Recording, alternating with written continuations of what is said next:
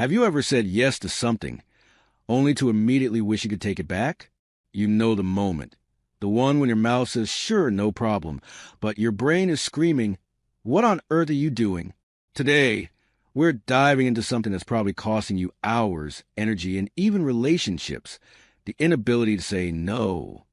But here's the thing. Your problem isn't that you don't know how to say no. Your problem is that you feel like you're not allowed to. Think back to your last reluctant yes, that moment when you agreed to something out of obligation. Do you know what that really is? It's not a communication issue. It's a permission issue. In the next few minutes, I'm going to show you why saying no isn't just okay. It's essential. And I'll teach you how to say it without feeling like you're letting anyone down. But first, let's talk about the hidden cost of saying yes all the time. Chapter 1, The Hidden Cost. Let me tell you something fascinating about your brain. Every time you force yourself to say yes when you want to say no, you're actually paying with two different resources. The first one, time. That's easy to spot.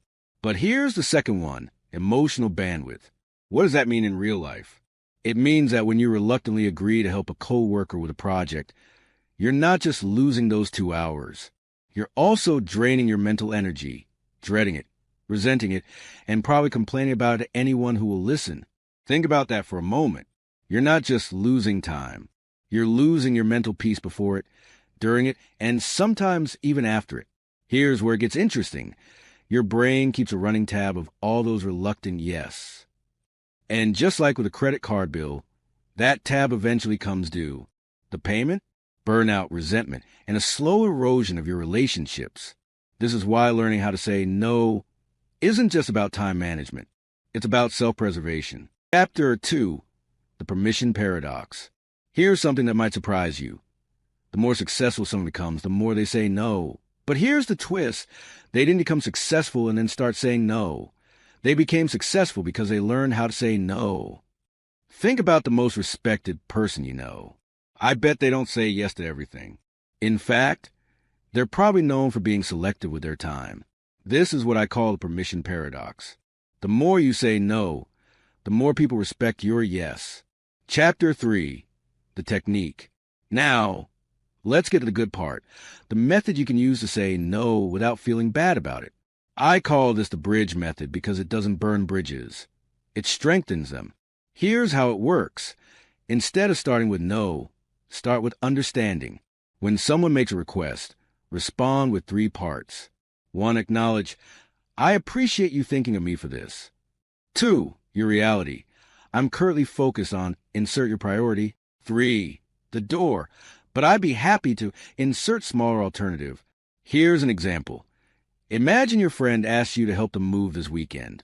Old you would say, yeah, sure, while screaming internally. New you would say, I really appreciate you thinking of me for this. I've actually committed this weekend to finishing a project I'm behind on, but I'd be happy to recommend a great moving service I used last year. See what happened there? You respected their need while honoring your reality. Chapter 4, The Guilt Killer. Now, let's talk about the big one, the guilt. Every time you say yes when you want to say no, you're actually being dishonest twice. First, you're lying to yourself about your capacity. And second, you're lying to the other person about your enthusiasm. Think about that for a moment. Is it really kinder to say yes resentfully than no respectfully? Chapter 5, Real-World Application. Let's take these principles into some real-world situations. How do you handle these tricky no scenarios? Situation 1. The boss's quick request when your manager drops by with just one small thing. Here's your response. I want to give this the attention it deserves. Right now, I'm focused on the project you assigned me. Would you like me to pause that to work on this instead? Notice what you've done? You've turned a yes-no situation into a priority discussion. Situation 2. The family guilt trip, but we always have Christmas dinner at our house. Here's how you handle it. Mom, I love our Christmas traditions. They're one of my favorite parts of the year. This Christmas, Sarah and I need to split time between both families. Could we do Christmas Eve here instead? I'll bring that apple pie you love. Chapter 6, The Emergency Protocol. Now, Here's where most people crash and burn: the emergency request. You know the one, I know it's last minute, but I'm desperate.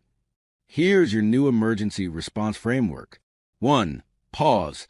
Never respond to emergencies immediately. 2. The question, what would you do if I wasn't available? 3. The limited offer, I can give you 15 minutes to brainstorm solutions, but I can't take this on. This way, you stay helpful without becoming the solution. Chapter 7. The Success Accelerator. Every major success story has a hidden no list. Steve Jobs didn't just make Apple great by what he created. He made it great by saying no to thousands of good ideas so he could focus on a few great ones. And here's the real kicker. It's not just about saying no to bad opportunities. It's about saying no to good ones. This is a success filter. If it's not a hell yes, it's a no. Chapter 8, the transformation.